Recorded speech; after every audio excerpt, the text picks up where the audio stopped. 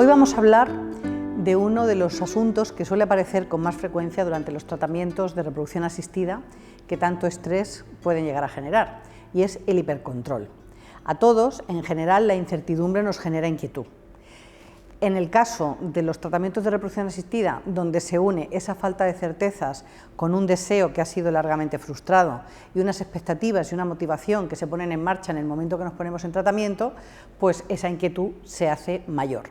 ¿Cómo nos defendemos o cómo intentamos protegernos? Pues intentando tener bajo control todas las posibles variables que se puedan plantear y anticipando todos los escenarios que puedan presentarse. ¿Esto nos ayuda? Pues no, no nos ayuda. Primero, es dificilísimo llegar a tener el control absoluto sobre cualquier tipo de variable que se pueda dar, y en el terreno de la reproducción asistida se dan muchas. Y luego, además, ese estado de alerta permanente nos genera un estrés muy alto, que esos picos de estrés se transforman en un cortisol elevado y que a su vez pues, nos dificultan todo el proceso del tratamiento. ¿Por qué? Porque a mayor cortisol, menos estrógenos, y con menos estrógenos, menos maduración folicular, con más cortisol, menos progesterona, y a menos progesterona, menos crecimiento endometrial y por tanto más dificultad de implantación. ¿Por qué algunas personas tienen esa necesidad tan grande de tener todo bajo control? Bueno, primero, el control actúa como una especie de antídoto ante la inseguridad que tenemos todos los seres humanos, y es una inseguridad que nace con nosotros en la infancia. ¿Qué es lo que nos da seguridad a las personas? Sentirnos competentes. Cuando uno es pequeño no se siente competente. Además, hay estilos de crianza que no ayudan a que las personas desarrollen una adecuada autoconfianza. Por ejemplo, educaciones muy permisivas, sin límite, donde no hay un marco de referencia en el que los niños sepan cómo relacionarse y cómo comportarse. Padres sobreprotectores que están trasladando su angustia y su exceso de celos a los niños sin permitirles ensayar, equivocarse o tener conductas de riesgo, de tal manera que nunca se van a animar a asumir retos, ¿vale? También cuando hay adultos ausentes que no nos protegen, ¿qué hacemos? Entonces somos nosotros quienes asumimos el control. Nosotros aprendemos a compensar la inseguridad normal que tenemos a través de un intento de controlar el entorno, nuestro comportamiento, el comportamiento de los que nos rodean, y haciendo una especie de pactos con la vida del estilo de si me porto bien, si soy cuidadoso, si no tengo conductas de riesgo, no me va a pasar nada.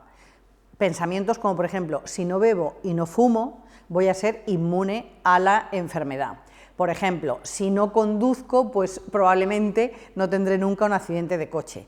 Estos son pensamientos falaces, porque no son reales. Nunca podemos tener la seguridad que no nos va a ocurrir algo. Y entonces esa supuesta inmunidad que creemos tener, pues no es real. Por otro lado, como siempre, la vida nos presenta retos nuevos, situaciones nuevas, sorpresas, ¿no? Pues tenemos que estar cada vez incrementando más y más y más nuestro esfuerzo por el control. Y esto, en definitiva, además de agotarnos, hace que cada vez que tenemos algo imprevisto, lo vivamos como que nuestras defensas están siendo atacadas. Además, mantener el control nos ofrece un marco de seguridad, sobre todo en terrenos operativos. Nos permite anticipar y neutralizar imprevistos, nos permite organizarnos y protegernos a nosotros mismos y a los demás ante posibles amenazas, anticiparnos a las dificultades, tener preparada una respuesta ante las posibles situaciones de riesgo que podemos vivir. ¿Pero es malo el control? No, no es malo. Estamos diciendo que nos ayuda en muchas cosas y encima también nos facilita la interrelación con los demás, nos permite posicionarnos, evitar conflictos, malos entendidos, nos permite que las cosas se desarrollen con respecto o con acuerdo a un plan que ha sido preestablecido y nos suele dar mejor resultado que la improvisación. Una rutina eficiente además crea un ambiente agradable y de seguridad, donde todo el mundo sabe lo que hay que hacer y lo que se espera de él, y hay menos motivos de conflictos y de fricciones entre las personas. Por otra parte, con una buena planificación cumplimos mejor con los plazos y podemos coordinarnos mejor con los demás. ¿Cuándo se convierte en negativo el exceso de control? ¿Cuándo se convierte en algo que no es operativo y que no nos ayuda a conseguir nuestras metas? Pues cuando se ha excedido todos los niveles adecuados y se rompe el balance entre la serenidad interior y el estado de alerta que nos obliga a tener ese control. A nivel personal, lo principal, nuestra salud se resiente.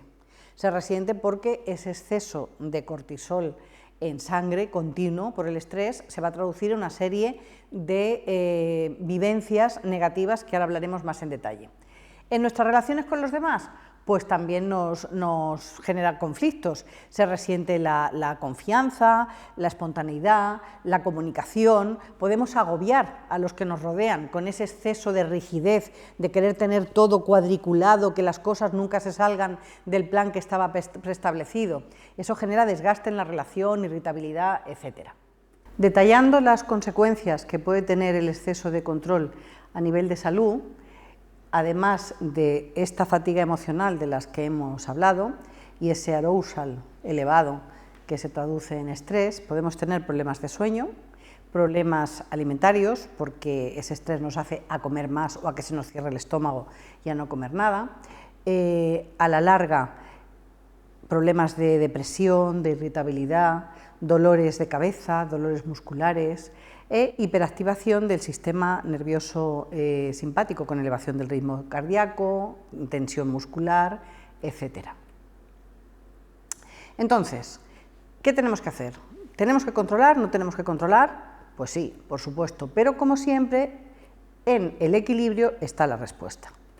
Si ese control nos ayuda a conseguir nuestras metas, nos hace más eficientes, pues entonces le damos un sí. Pero si ese control me está restando creatividad, me está haciendo vivir con rigidez, me está quitando posibilidades y encima me agota, pues entonces claramente es que no. Vamos a hablar ahora un poco del perfil de la persona controladora.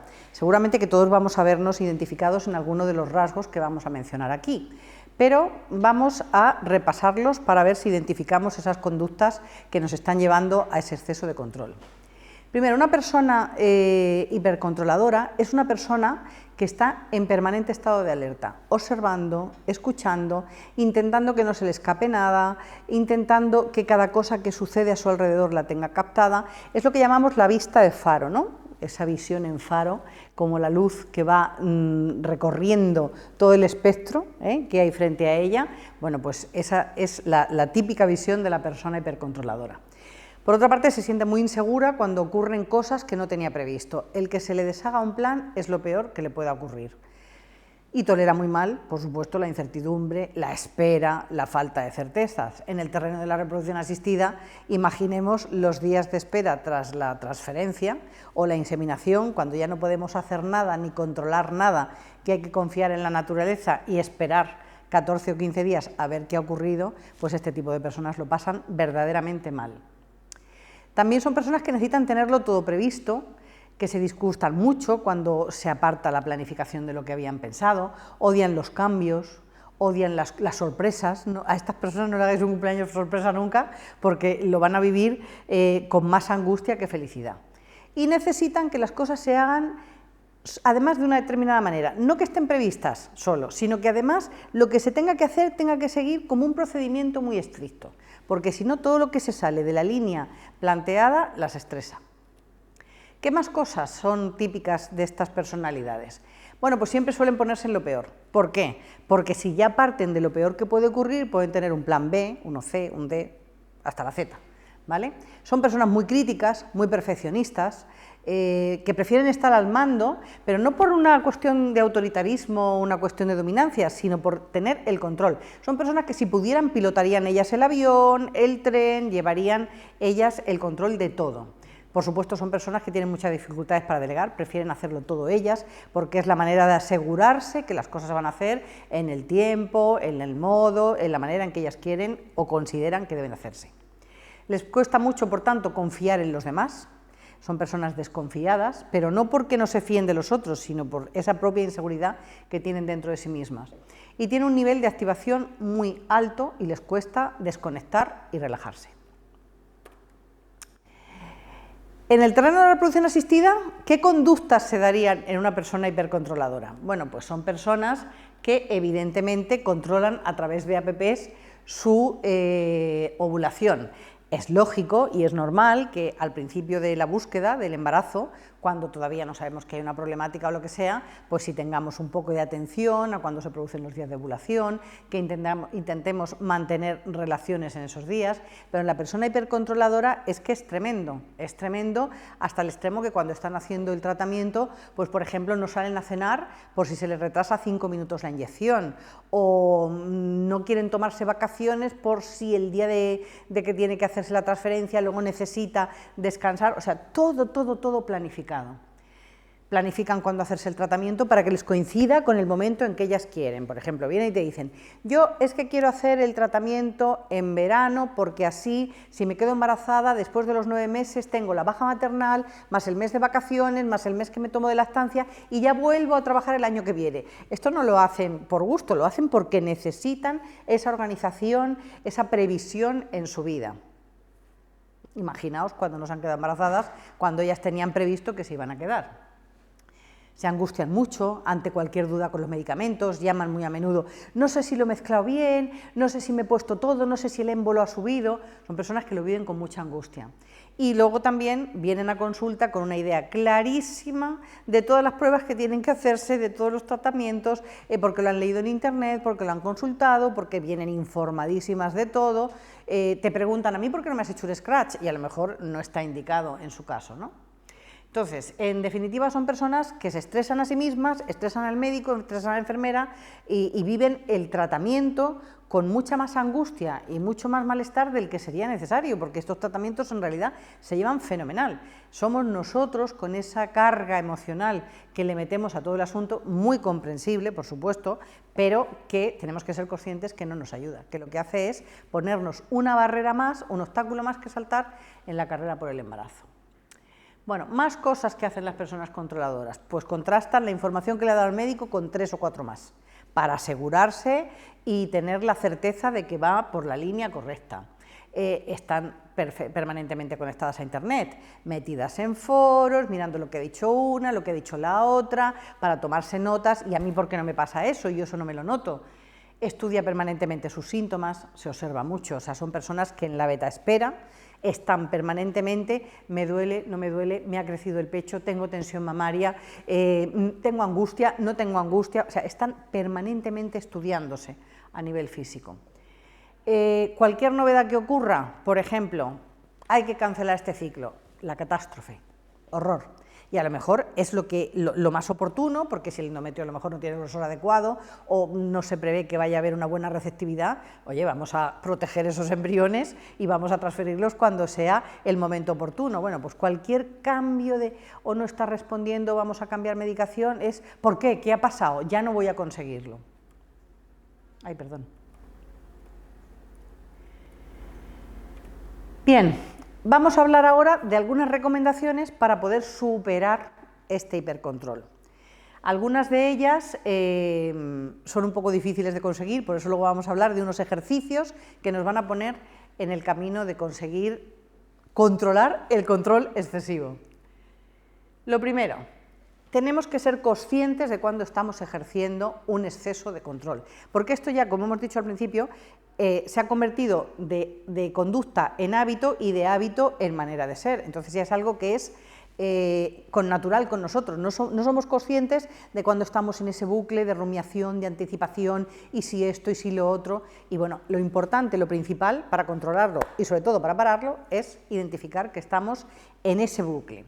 Lo segundo es preguntar a los demás, preguntar, oye, ¿cómo ves tú esto? ¿Cómo harías esto? ¿Qué te parece esto? De manera que esa opinión de los otros rompa un poco ese esquema tan rígido que tenemos acerca de cómo deben ser las cosas. Dicho de otra manera, tenemos que practicar la confianza en los demás, concretamente en el equipo médico. Si tú has elegido una clínica, te estás tratando en ella y te están dando un enfoque de tratamiento, tienes que confiar. O sea, no puedes decirle al médico ni qué medicación tiene que darte ni qué pruebas te tiene que hacer. Una cosa es que tú le transmitas información sobre tu historia médica y sobre cómo te sientes, y otra distinta es que quieras tú llevar el enfoque del tratamiento, ¿vale? Luego tenemos que aceptar que la vida no es perfecta, que no siempre van a salir las cosas como nosotros queremos. Estamos muy preparados para combatir, para pelear por lo que queremos, para intentar perseguir nuestras metas, pero no estamos nada preparados para entender que hay momentos en que no podemos hacer nada y que tenemos que amoldarnos y adaptarnos y vivir con felicidad dentro de ese posible caos que nos genera la incertidumbre. Tenemos que aceptar también nuestras emociones, tenemos que entender: estoy angustiado, estoy viéndolo esto de esta manera porque tengo esta preocupación, y esa preocupación me está haciendo ser negativa, y esa negatividad me está estresando más, y bueno, pues hay que dejar fluir. Al final hay que dejar el cuerpo suelto y dejar que la vida fluya, porque hay veces que no nos queda otra más que esperar y confiar, y tenemos que ser capaces de mantenernos a flote sin desmoronarnos cuando se producen esas situaciones. ¿Qué podemos hacer?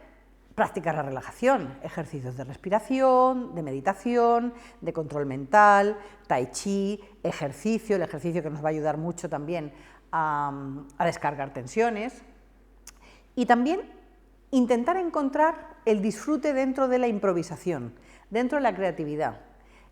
Intentar que las cosas no salgan tal como la teníamos previstas, o permitirnos un día saltarnos la hoja de ruta, saltarnos en plan. Por último, estar presente sin actuar. ¿Eso qué significa? El estar presente sin actuar es la base del mindfulness, que sabéis que es una disciplina que consiste en centrarnos en el momento presente, sin intentar cambiarlo, sin intentar modificarlo, simplemente siendo conscientes de lo que está pasando, de lo que está pasando en nuestro cuerpo y lo que está pasando en nuestro entorno.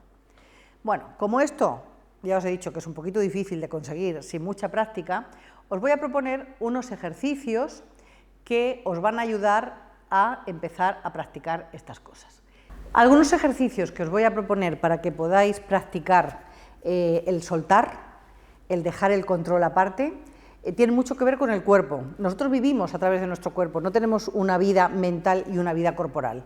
Entonces, si aprendemos a soltar el cuerpo, aprenderemos también a soltar nosotros. Por ejemplo, bailando, haciendo teatro, haciendo expresión corporal, permitiendo que nuestro cuerpo se mueva a su santo criterio.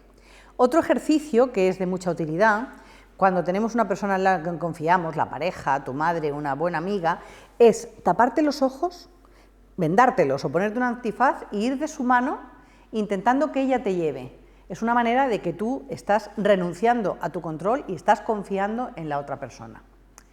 Lo que hemos estado comentando hace un momento de estar presente sin actuar ni recomendar, los ejercicios de mindfulness, por ejemplo, estoy sentada, estoy inmóvil y voy a intentar con mi mente repasar cómo está mi cuerpo, si tengo alguna postura que me está incomodando, si tengo el pie que se me está durmiendo, y no voy a intentar modificarlo, voy a estarme quieta, solamente voy a sentir un poquito de tiempo, no todo el tiempo evidentemente, cómo estoy, ¿vale? Sin actuar. Estas personas también planifican mucho hasta el pequeño detalle, qué me voy a poner hoy, qué ropa voy a ponerme, etcétera. Bueno, pues podemos con eso hacer el ejercicio de la moneda, no solamente con el tema de qué ropa me pongo, sino cuando voy a un restaurante, qué voy a pedir, dejar que, lo que sea, a ver, que decida la moneda, dejar las cosas un poco al azar. Luego salir de paseo sin una ruta establecida, es decir, voy a caminar y a donde me lleven mis pies.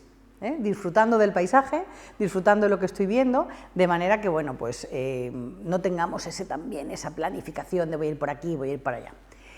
Y ya el sumum sería irnos de viaje, de excursión, sin saber dónde vamos, salir con el coche y a donde nos lleve la aventura, ¿no? Bueno, pues va increciendo el tipo de cosas a hacer, el tipo de riesgos que se van asumiendo, pero todos son ejercicios que van en la línea de ir soltando y ver que no pasa nada, ¿vale? Y que si pasa se le saluda. Es decir, lo que nos da seguridad, como hemos dicho al principio, es sentirnos competentes, sentir que cuando hay un problema lo vamos a resolver, cuando hay una dificultad la vamos a superar. Y eso no lo vamos a hacer nunca si no nos ponemos en la pequeña situación de riesgo de decir confío y tiro para adelante.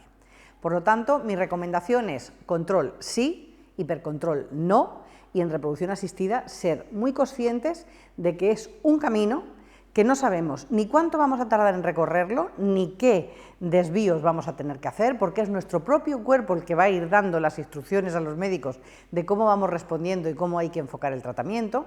Y bueno, no por mucho madrugar amanece más temprano, tenemos que confiar, esperar y mientras tanto disfrutar del camino.